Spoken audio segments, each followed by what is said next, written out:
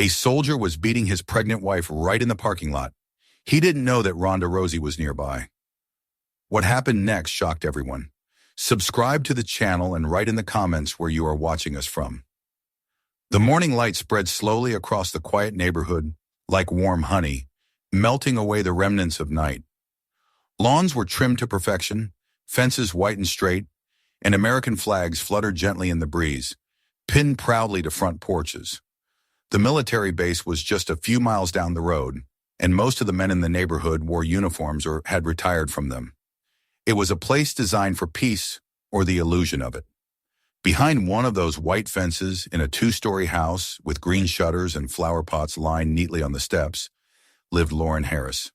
She moved carefully through the kitchen, her belly large and heavy beneath a loose cotton dress.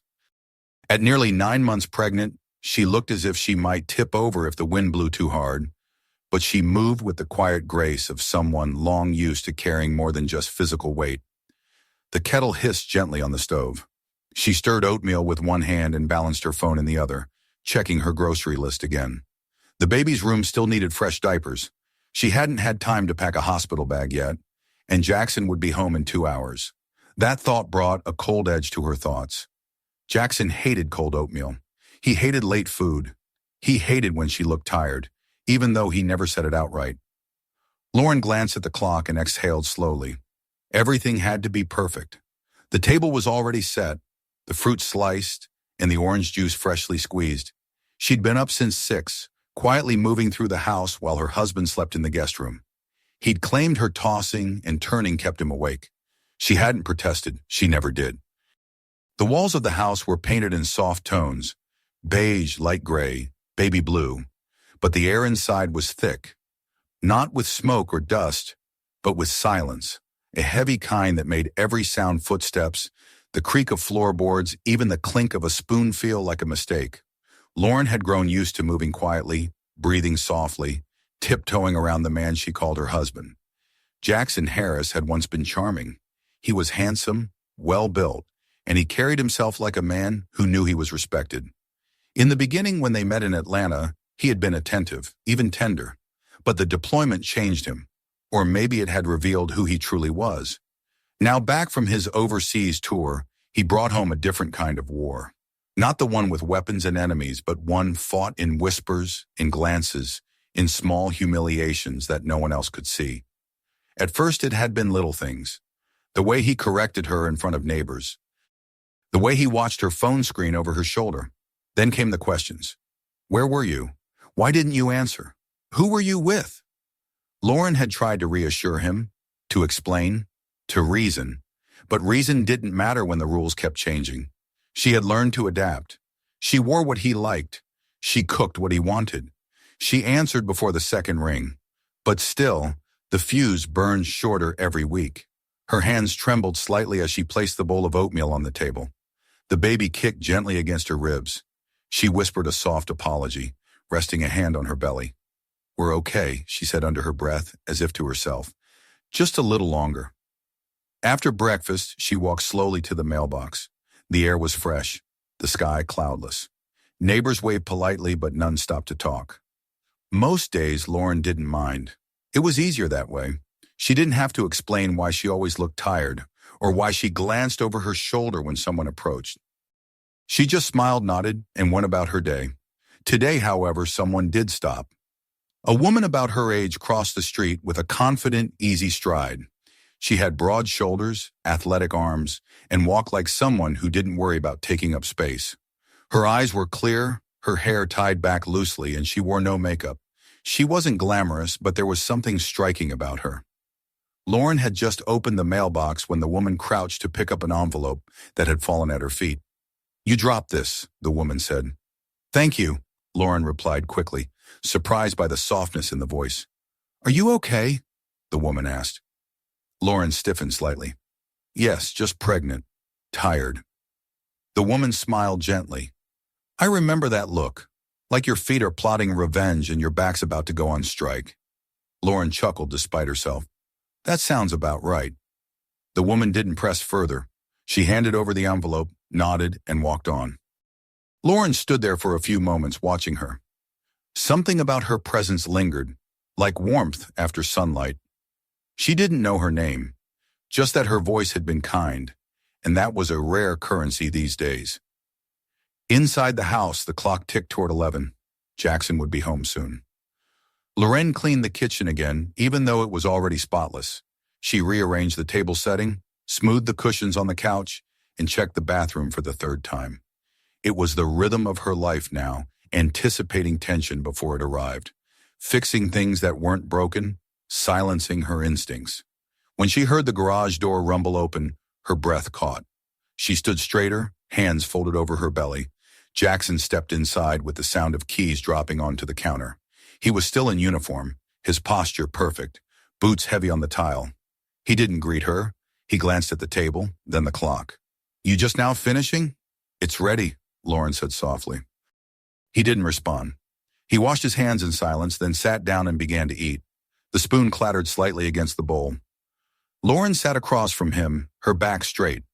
"This oatmeal's thick," he said after a few bites. "I used almond milk today. We were out of the other." A pause, then a long, slow exhale from Jackson. "You know I hate when things change without me knowing." Loren lowered her gaze. "I'm sorry."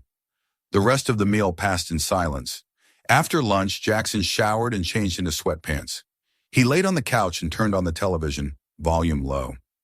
Loren took the opportunity to slip upstairs and finish folding baby clothes. The nursery was painted soft yellow, with small stars along the ceiling. It was the only room in the house that felt like hers. Here she allowed herself hope. She touched the edge of the crib, imagining a peaceful future that felt more like fantasy than a plan. Later that evening, Loren went to the nearby grocery store for fresh vegetables. Jackson said he wanted roasted asparagus with dinner, and he didn't like canned. She walked slowly, shoulders drawn in, hands resting on her belly. She moved like someone trying not to disturb anything. Inside the store, she passed familiar faces and nodded politely. She avoided eye contact, keeping her steps purposeful. In the produce aisle, she reached for a bundle of greens and felt her hand tremble.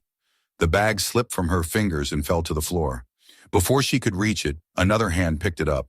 The same woman from the mailbox smiled and handed it to her. "Twice in one day," she said with a soft grin. "We're getting good at this." Loren smiled awkwardly. "Thank you, again." "No worries," the woman replied. "I'm Rhonda." There was something in the way she said it, unapologetic, solid. Loren repeated the name in her mind. Rhonda. "I'm Loren." They stood in a brief, comfortable silence. "You close by?" Rhonda asked, "in just a few streets down."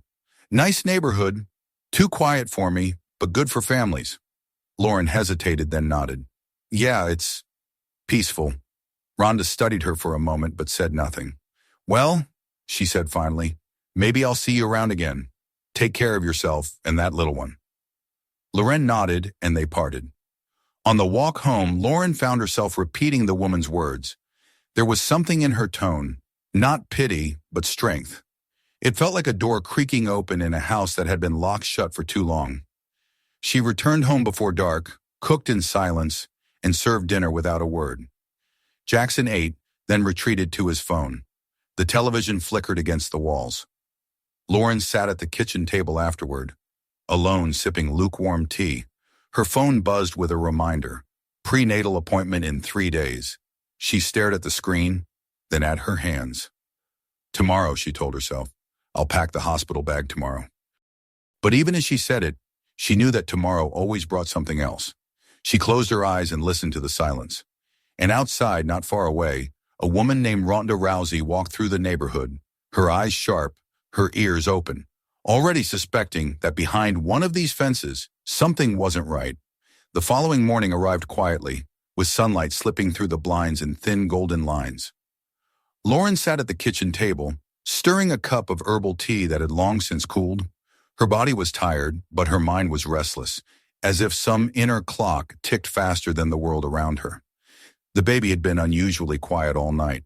A few gentle kicks had reassured her that everything was still fine, but even her unborn child seemed to sense the heaviness in the house. Downstairs was still, save for the hum of the refrigerator and the occasional creak of the walls. Jackson had left early for his morning workout on base. telling her without looking up from his phone. He didn't say goodbye, didn't kiss her cheek, didn't even mention the baby. He just left, like always. Lauren had learned not to expect more. The quiet gave her space to breathe, but it was not peace. It was simply absence. The tension in the house didn't vanish when Jackson left it merely hid in the corners, waiting for the sound of boots on tile. She looked around the room, noting again how clean everything was. Her hands ached from scrubbing counters and polishing the floor the night before. Jackson's words still echoed in her head. The kitchen smells like mildew, though he never said thank you for the dinner she had made from scratch. She had smiled, nodded, cleaned again. Now, staring at her hands, Lauren realized how raw her knuckles were. She rose slowly, steadying her balance as her lower back tensed beneath the baby's weight. Her body was carrying more than just life. It was carrying silence, compromise, fear. She pressed a hand gently to her belly and whispered something unintelligible, perhaps a prayer or just a breath of resolve. Later that afternoon, she ventured out again, needing fresh air and vegetables for dinner. Jackson had texted her from base. Grilled chicken and asparagus tonight. No frozen stuff. No please, no question. Just a directive. She obeyed, of course. The market was small but clean, nestled between a dry cleaner and a coffee shop. Lauren moved through the aisles slowly, carefully choosing each item as if their perfection might somehow avoid another scolding. The lights overhead were bright and clinical, but she welcomed them. Here, at least, there were no shadows. She turned a corner into the produce section and nearly collided with someone. She stepped back quickly, murmuring an apology, and then recognized the broad shoulders and steady presence of the woman from yesterday. "Lauren," Rhonda said with a slight smile, "didn't expect to bump into you again so soon." "Me either," Lauren replied, surprised at how natural it felt to say her name out loud. Rhonda leaned on the cart casually. "You doing okay?" The question was simple, but it caught Lauren off guard. Most people asked how far along she was, or if she knew the baby's gender. No one asked how she was. "I'm managing," Lauren said, then added with a weak smile, "My husband's picky about produce." Rhonda tilted her head slightly, something shifting in her eyes. She didn't reply immediately, and Lauren regretted saying too much. She turned toward the asparagus bin, reaching for the greenest bunch she could find. Rhonda didn't push. "If you ever need help with anything," she said lightly, "I live 2 streets over. The White House with the broken porch step." Lauren glanced at her. "Thank you. That's kind." "It's nothing," Rhonda replied. "I've just got a little more time than I used to." "Ah, Sarah." There was a moment of quiet between them, comfortable but tentative. Then Lauren nodded and pushed her cart toward checkout. She felt Rhonda's gaze on her back for a few seconds longer, and though it unnerved her, it also gave her a strange sense of safety. No one had looked at her that way in a long time, not like a problem, not like a burden, but like a person worth noticing. That night, Jackson came home late. His mood was foul the moment he stepped through the door. Lauren heard the way the keys hit the counter, the sigh he made before even seeing her. She set the table quickly, already knowing this would not go well. "I asked for grilled chicken," he said after one bite. "This is dry." "I followed the recipe exactly," she said quietly. "Well, the recipe sucks," he muttered, pushing the plate away. "What have you even been doing all day?" Lauren swallowed. "I cleaned and I went to the store." He cut her off. "You didn't clean the upstairs bathroom. The mirror's still streaked." "I didn't know you'd be home so early," she said, then instantly regretted it. His eyes narrowed, and for a moment she thought he might stand up. But instead he laughed bitterly and reached for a beer from the fridge. "I swear, Lauren, you make everything harder than it has to be." She stood still, watching as he popped the cap off the bottle and walked to the living room without another word. The sound of the television filled the house once again, loud and jarring. Lauren remained in the kitchen, hands still trembling from the exchange. After washing the dishes, she retreated to the nursery, needing to be somewhere that didn't carry his voice in the walls. She sat in the rocking chair and stared at the crib, letting her fingers trail over the soft blanket she had folded earlier.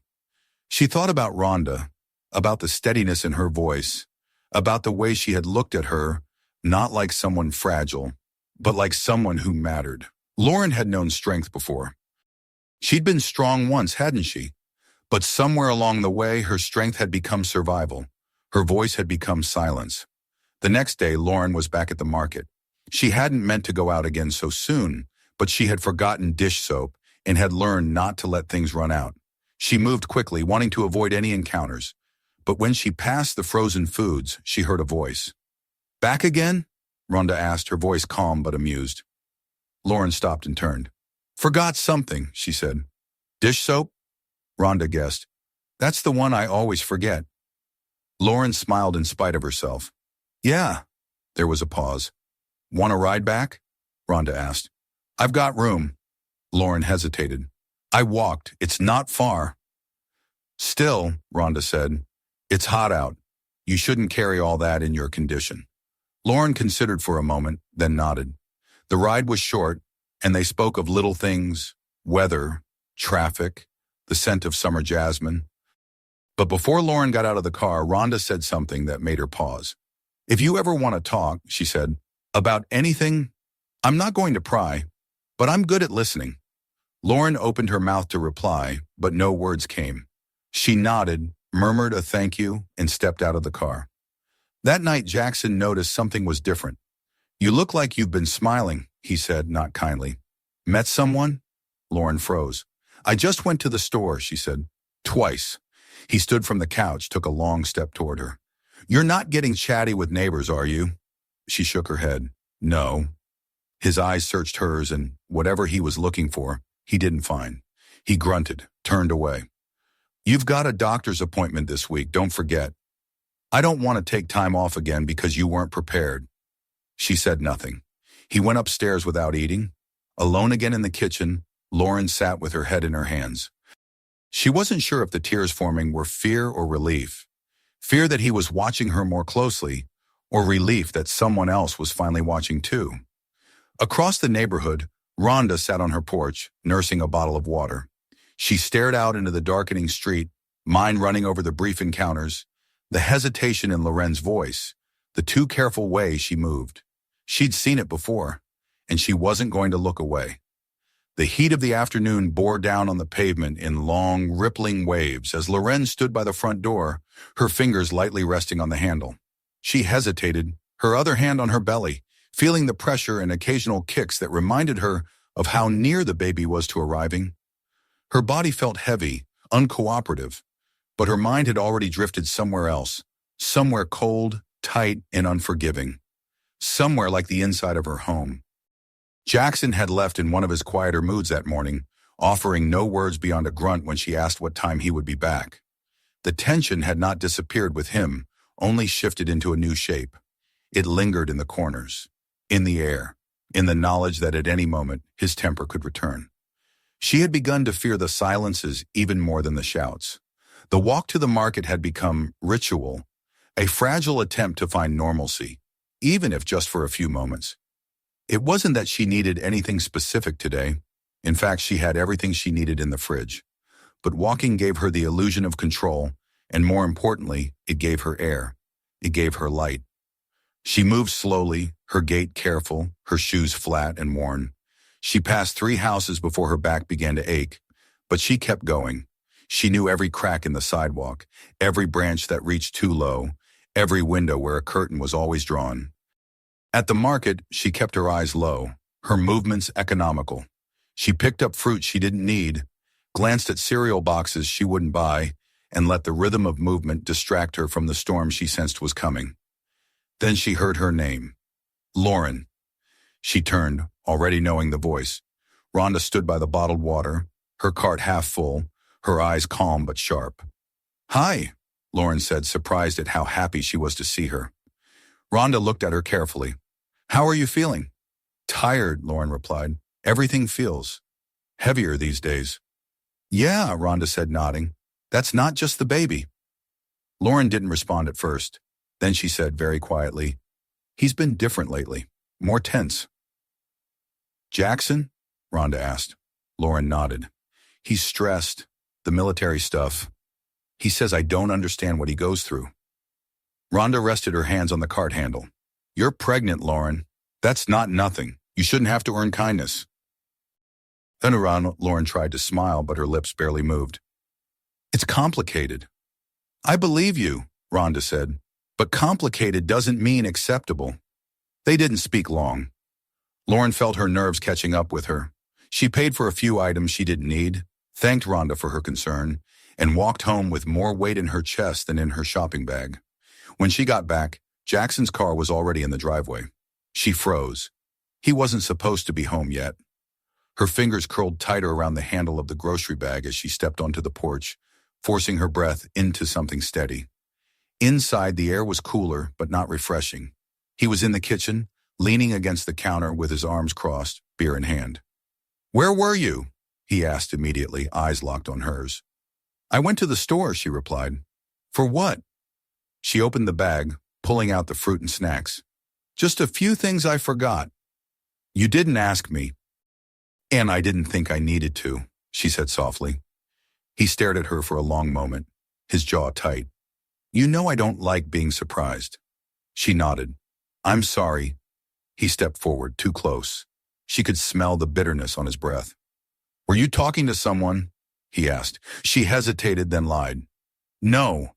His eyes narrowed, but he said nothing. Instead, he brushed past her, roughly enough that her shoulder knocked into the doorframe. She caught herself, standing still until she heard the television flicker on in the living room. She walked to the kitchen slowly and began putting away the food with trembling hands. Dinner that night was silent. Loren made pasta and roasted vegetables, her motions automatic. Jackson said nothing, barely touched his plate, then left the room. She cleaned up after him like always, moving quietly, almost invisibly. Hours passed. Near midnight, Loren lay in bed unable to sleep. The ache in her back had worsened, and her stomach tightened now and then in short waves. She sat up, breathing deeply, unsure whether it was stress or something more. By morning, she was still unsure, but the pain had dulled. She dressed slowly, made breakfast, and waited for Jackson to leave. He didn't. Instead, he stayed home, claiming a headache. He spent the morning pacing the living room, then sat in the backyard under the porch awning, staring at his phone, muttering to himself. Lauren stayed out of the way, watching from the kitchen as the sky turned gray and heavy with clouds. Just after noon, she stepped outside to check the mailbox. That was when it happened. She saw Rhonda walking up the street with a gym bag over her shoulder, dressed in simple jeans and a white t-shirt. Rhonda noticed her too, offered a small wave. Lauren smiled weakly. She hadn't smiled in days. Before she could say anything, the front door burst open. Jackson appeared, storming down the steps, eyes locked on Lauren. "What the hell are you doing?" he barked. Lauren flinched. "Who is that?" he snapped, looking past her. Rhonda had stopped on the sidewalk, her face unreadable. "I don't care who she is," Jackson said, grabbing Lauren's wrist. "Get inside." Lauren gasped. "You're hurting me." "Then don't embarrass me," he hissed. Suddenly, his grip loosened. Not because he chose to, because his arm was behind his back, twisted in a smooth, deliberate motion that forced him to his knees before he even realized what was happening. Rhonda stood behind him, calm but fierce, her expression controlled. "Let go," she said. Her voice was quiet. "Dangerous."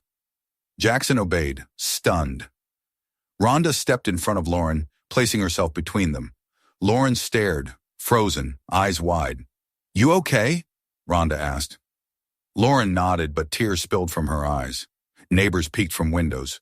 A few people had stepped onto their porches. One of them held a phone, filming. Jackson rose, red with rage and confusion. "Who the hell are you?" Rhonda didn't answer. She simply pulled out her own phone and dialed. "Yes, I'd like to report an incident. Domestic threat, female victim, visible distress. I'm staying with her until officers arrive." Jackson stepped forward. "You're making a mistake." Rhonda met his eyes. "No, you already did." The police arrived within 15 minutes. Lauren sat on the porch, trembling. Rhonda never left her side. Officers asked questions. Rhonda answered when Lauren couldn't. She recounted what happened, calmly, clearly. Her tone was even, authoritative. The officers listened. Jackson tried to protest. "It was just a misunderstanding. She's emotional. Pregnant women exaggerate things." Rhonda's voice cut through the noise. She's not exaggerating, and I have witnesses. Lauren didn't speak again until they were gone. Jackson taken in for questioning, the neighbors slowly returning to their homes. Rhonda placed a hand on Lauren's shoulder. You're safe now. Lauren shook her head, voice barely a whisper. I don't feel safe. You will, Rhonda said, but not here. That night, Lauren packed a bag, not just for her, for the baby, for freedom. Rhonda drove her to a women's shelter in the next town, one with private rooms and counselors on call. Lauren moved like someone half asleep, barely able to process what had happened. But when she lay down in the clean bed, in a room that didn't echo with shouting, she let herself cry. Not because she was afraid, but because, for the first time in so long, she wasn't. And in that small act of breaking, she began to rebuild. The walls of the shelter were painted a soft blue, like a child's drawing of a sky, and the floors were clean enough to reflect the low lights glowing from overhead. The room Loren had been assigned was small but private, with a twin bed, a wooden dresser, and a single window overlooking a narrow garden path. It was the first space in months that didn't feel like it was holding its breath. She sat on the edge of the bed, her hands resting on her lap, her body still trembling in places where bruises didn't show. The bag Rhonda had helped her pack was on the floor beside her, half open, revealing a pair of baby booties and a folded onesie. Her world had changed in the span of a few hours, and yet here she was, still anchored by the weight of everything she had been carrying. Fear did not dissolve in safety. It lingered like smoke after a fire. Rhonda stood near the door, arms crossed gently, her presence steady but not imposing. She hadn't left Lauren's side since the police came. She had driven her here herself, checked her in, spoken with the staff, and stayed silent when Lauren couldn't form the words. Now in the quiet, she spoke. This place is run by people who care, women who've been through it. They'll help you get what you need, legal help, counseling, even prenatal care. Lauren nodded slowly. Her voice was still lost somewhere in the hurricane that had carried her here. I'm not far, Rhonda added. If you need anything at all, you call me. Don't wait. Don't think about whether it's too much. Just call. Lauren met her eyes. There was gratitude in hers, but also shame, and Rhonda saw it. You didn't do anything wrong, Rhonda said as if reading her mind. He did. Lauren blinked quickly as if tears might come, but refused to fall. Thank you, she whispered. Rhonda gave a single nod. Then she stepped back, gently closed the door, and left Lauren to rest. The silence that followed was different from the one at home. This silence had no tension in it. It wasn't holding a secret or hiding a threat. It was just quiet. Lauren lay back on the bed and stared at the ceiling. She thought she might sleep, but her mind wouldn't stop moving. Every time she closed her eyes, the images came back. Jackson's face contorted in anger, the grip of his hand on her wrist, the sound of Rhonda's voice when she stepped between them. She had told herself for so long that things would get better, that Jackson was just stressed, that if she could be a little more careful, more patient, more perfect, the man she married would return. But that man was gone. Maybe he had never really existed. The next morning, the shelter staff helped her register for a formal intake. They asked gentle questions about her health, her pregnancy, her history. Lauren answered what she could, stumbling through some responses, freezing during others. They didn't push. They took notes. One of the counselors gave her a list of nearby clinics, and another offered to drive her to a prenatal appointment later in the week. Lauren accepted, though her chest tightened at the idea of trusting anyone again. Later that day, Rhonda returned. She didn't knock loudly or barge in. She just appeared in the hallway and waited until Lauren saw her. When their eyes met, Lauren felt her throat tighten, but she stood and walked to her without hesitation. Rhonda brought fresh clothes, toiletries, and a few things for the baby. She handed them over without ceremony, without pity. They're just things, Rhonda said. You don't need to thank me. But Lauren did anyway. They sat together in the small courtyard behind the shelter.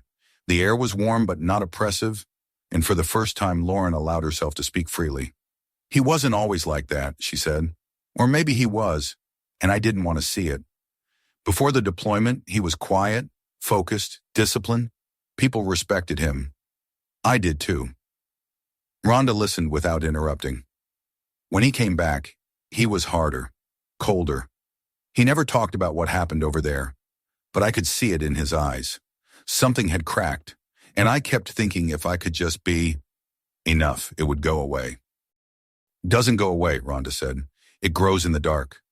Lauren nodded, biting her lip. I kept hiding it from everyone, even from myself. You don't have to hide anymore. But Lauren wasn't sure what it meant to live openly. Her life had been built on managing, anticipating, deflecting. Now that she had no one to tiptoe around, the space felt too large. Over the next few days, she began to settle.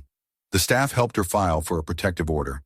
A lawyer met with her privately to begin documenting a legal separation. Jackson had not tried to reach her yet, but the possibility that he might haunted her every quiet moment. At her first appointment at the prenatal clinic, she heard the baby's heartbeat through the monitor. It was fast and strong. The sound brought tears to her eyes. The nurse smiled and squeezed her hand. She's doing just fine, the nurse said. She? Lauren asked, breath catching. The nurse smiled again and nodded. You didn't know? Lauren shook her head, too overwhelmed to respond. A daughter. She was carrying a daughter. The thought filled her with something fierce and painful. She remembered the way Jackson had spoken about girls, soft, weak, emotional. She remembered the way he looked at Lauren when she cried, as if her pain was a burden he had to tolerate. This child would never grow up afraid of her father. Lauren would not let history repeat itself. That evening, Rhonda brought dinner to share. They ate on a bench outside under a street lamp flickering against the dusk. You're getting stronger, Rhonda said, watching her. I don't feel strong, Lauren replied. You don't have to feel it to be it. Lauren nodded slowly. I found myself packing that night without even thinking. Like my body knew before my mind did, that if I didn't leave then, I might never leave. Instinct is louder than logic when survival's on the line. I'm scared, Lauren said finally, not just of him showing up. I'm scared of what comes next, of being alone, of raising her alone. You won't be alone, Rhonda said, and Lauren believed her. 2 days later, a social worker from the shelter informed her that Jackson had been formally placed under review by the military for conduct. He was not allowed to contact her and had been temporarily removed from active duty. He had denied everything, of course, claimed it was a misunderstanding, said Lauren was emotional, hormonal.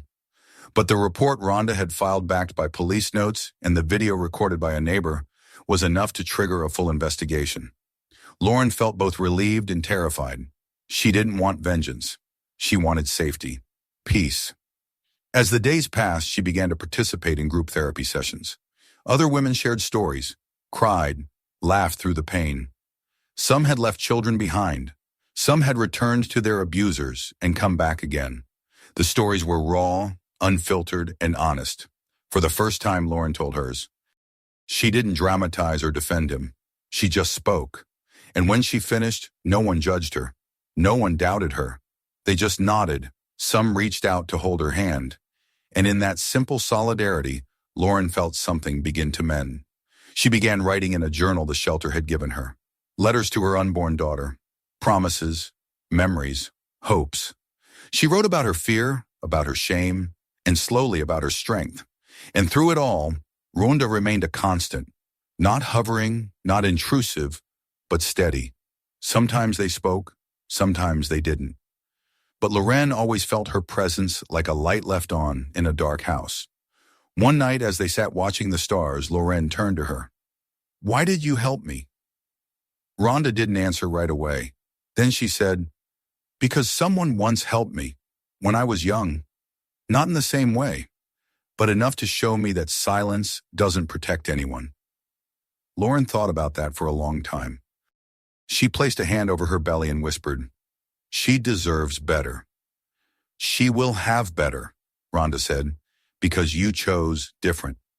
And as the summer heat gave way to cooler nights, Lauren began to believe it. She could feel her daughter turning inside her, pushing against the walls, preparing to enter a world her mother had finally begun to reclaim. And this time, she would meet the world not with fear, but with the first fragile bloom of hope. The contractions began in the early hours of a quiet Sunday morning. Lauren had not expected it yet, Her due date was still days away, but her body no longer moved by schedule. Pain radiated through her lower back, then wrapped around her belly in slow, unrelenting waves. She breathed through them as best she could, hands gripping the edge of the bed, eyes fixed on the ceiling as if searching for an anchor in its soft, pale blue. She didn't call out. There was no one else in the room. She waited until the second wave hit, stronger this time, then reached for her phone. Her fingers trembled as she scrolled through contacts, pausing only once before pressing Rhonda's name. Rhonda answered on the second ring, her voice alert despite the early hour. "It's time," Lauren whispered. 15 minutes later, headlights swept across the narrow parking lot of the shelter, and Rhonda appeared at Lauren's door, dressed in jeans and a sweatshirt, keys in hand. She took one look at Lauren's pale face and said nothing, only stepped forward, slid an arm gently around her, and guided her toward the car. The drive to the hospital was quiet. Lauren breathed through the contractions, her body rocking with the rhythm of pain, but her mind strangely clear. She was going to meet her daughter, and she was not afraid. At the emergency entrance, nurses moved quickly, admitting her to labor and delivery. Paperwork blurred in front of her eyes, but Rhonda handled it without question. Lauren was wheeled into a room, and soon after, the familiar beep of monitors filled the space. Hours passed in waves, sweat, pain, breath, pressure. Lauren drifted in and out of awareness, focusing on one breath at a time, one voice at a time. Rhonda stayed at her side, never leaving, holding her hand when needed, standing back when not. She offered water, encouragement, silence, whatever Lauren needed. When the final push came, Lauren screamed, not in fear, not in desperation, but in defiance. Her entire body bowed forward, the sound tearing from her throat like a storm. And then suddenly it was over. A cry filled the room, small and raw, and unmistakably alive. Lauren collapsed back onto the bed, sobbing as a nurse placed a warm, wriggling bundle on her chest. Tiny hands, clenched fists, soft downy hair. Her daughter. She laughed through the tears, kissed the baby's forehead, whispered, "Welcome, baby girl. You're safe now." The nurses worked quietly, cleaning and checking vitals. The doctor smiled and confirmed what Lauren already knew: she'd done well. The baby was healthy. Everything would be okay. Rhonda stood in the corner, arms folded, her expression soft but unreadable. When Lauren looked up at her, their eyes met, and without a word, something passed between them. A knowing, a promise kept. Later, as the sun climbed over the horizon and bathed the hospital room in light, the spell of adrenaline wore off, and exhaustion set in. Lauren dozed, her baby resting against her chest. Rhonda stepped into the hallway, letting them rest. She didn't go far, but she didn't have to stay long either. Her presence had already changed everything. Later that morning, a nurse knocked gently and entered the room with a clipboard. She smiled at Lauren, checked the baby's vitals again, then sat in the visitor's chair. "There's someone asking about you downstairs," she said. "A man. Says he's your husband." Lauren stiffened. "No one should be here unless I approved it," she said, her voice steady. "I know," the nurse replied. "We didn't let him up. Just wanted you to be aware. He said he only wanted to see the baby, that he had a right." "He doesn't," the nurse nodded. "We'll make sure he doesn't get past the lobby. You have a protective order. It's on file." Lauren closed her eyes and breathed. It was happening already. He couldn't accept that she had left, that she had chosen something else. But this time she wasn't alone. She texted Rhonda, who returned within minutes. Lauren told her what had happened, her hands trembling. Rhonda didn't get angry. She didn't raise her voice. She just placed a hand on Lauren's shoulder and said, "He won't touch you. He won't come near her." They stayed in the hospital for 2 days. Lauren named her daughter Camille, after her grandmother. Nurses came and went, but each one showed kindness, never rushing, never pushing. They brought warm blankets and tea, and when Lauren struggled to feed Camille, they showed her gently, without judgment. Rhonda visited each day, bringing small things, a better nursing pillow, homemade soup, a tiny stuffed lion. She never stayed too long, never assumed too much. She was just there, like a tether to something solid. When the time came to leave the hospital, Lauren was terrified. Not of motherhood, not of the unknown, but of the world outside the hospital doors. She had lived too long with the knowledge that danger could wear the face of love. But as she was wheeled out, Camille in her arms, and Ronda waiting by the car, she felt a shift, a loosening. A door inside her that had once been bolted shut now hung open, letting in something clean and bright. They drove not back to the shelter, but to a small furnished apartment near the edge of town. A women's aid foundation connected to the shelter had arranged temporary housing. It wasn't large, but it was hers. The kitchen had a working stove. The bedroom had a crib waiting by the window. The bathroom light didn't flicker. The door locked from the inside. Lauren stood in the center of the living room, Camille asleep on her chest, and wept. Not for the past, but for the future she thought she'd never have. Ronda helped her get settled, but didn't linger. She stocked the fridge, checked the locks, gave Lorraine a new phone, just in case, and programmed her number into it. "You know how to reach me," she said. Lauren nodded. "I'll check in next week, but you don't have to wait if you need something." "I know," Lauren said, holding Camille closer, "but I think I need to try." "Good," Ronda said. "Trying is everything." As the door closed behind her, Lauren exhaled. She spent the next hours moving slowly, learning her new space, feeding her daughter, folding small clothes. The television remained off. The phone stayed silent. Outside, the world continued to spin, indifferent. But inside this apartment, something had rooted. A beginning. Jackson tried again, of course. A letter came in the mail, then a voicemail left from a different number. Always the same message, dressed in new words. Regret. Confusion. Please. Lauren saved them. Not out of nostalgia, but in case she needed them. The military investigation continued. Ronda stayed in contact with the legal team. The police officer who had responded that day even checked in once, off the record. The pieces were still shifting, but they were no longer spinning out of control. Lauren took Camille to her first doctor's appointment alone. She sat in the waiting room with other new mothers, smiled at strangers, rocked her child with gentle, confident hands. No one asked about Jackson. No one needed to know.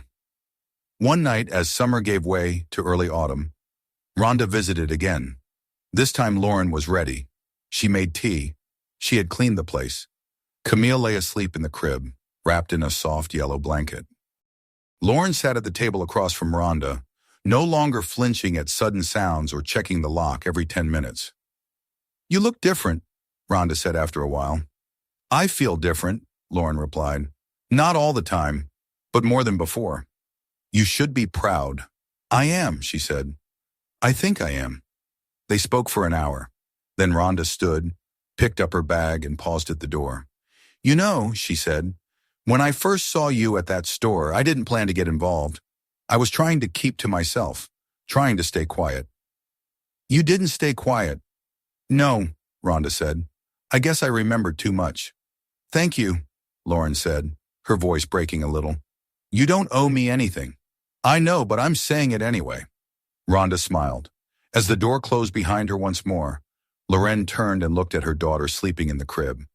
She crossed the room, leaned over, and kissed her forehead.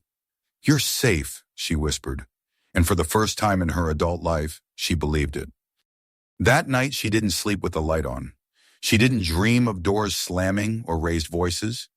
She dreamed of a wide-open field, of Camille laughing as she ran barefoot across the grass, of a small home with open windows and no locks on bedroom doors. In the morning, she made a list on a blank sheet of paper. Things to buy, appointments to make, letters to file. At the top of the page, in shaky handwriting, she wrote one word: future. And beneath it, smaller: started here. The scars would remain, but so would the strength. And as she opened the window to let in the morning sun, Lauren smiled to herself, knowing this wasn't the end of her story. It was the beginning of something she had once believed impossible. The beginning of a life where love did not come with fear, where kindness had a name, where light finally came in and stayed. If this story moved you, don't forget to subscribe to the channel and turn on notifications so you never miss our next videos. Watch more powerful stories like this one right here, and share this video with someone who needs to see it.